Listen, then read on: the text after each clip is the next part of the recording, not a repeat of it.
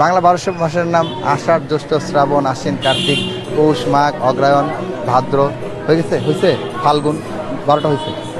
এক একভাবে বলতে পারে, এটি অনেকভাবে তৈল মর্দনের একটা ব্যাপার থাকে। আমাদের হরপ্রসাদ শাস্ত্রী বাংলা সাহিত্যের অনেক বড় বিজ্ঞ পণ্ডিত, তিনি একটা বই লিখেছিলেন, একটা প্রবন্ধ লিখেছিলেন, যে প্রবন্ধের নাম তিনি দিয়েছিলেন তৈল।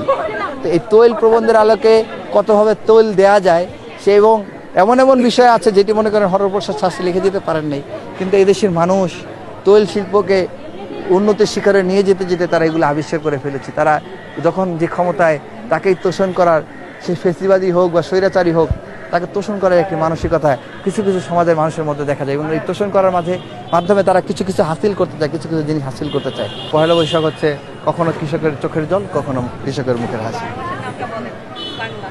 বাংলা 1200 মাসের নাম আষাঢ়, জ্যৈষ্ঠ, শ্রাবণ, আশ্বিন, কার্তিক, পৌষ, মাঘ, অগ্রহায়ণ, ভাদ্র। হয়ে গেছে? হয়েছে? ফাল্গুন, 12টা হয়েছে। হয় নাই?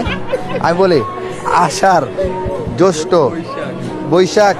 বৈশাখ, জ্যৈষ্ঠ, আষাঢ়, পৌষ, মাঘ, ভাদ্র, আশ্বিন, কার্তিক, তারপরে ও শ্রাবণ আর চৈত্রটা বাদ পড়ছিল। হয়ে গেছে।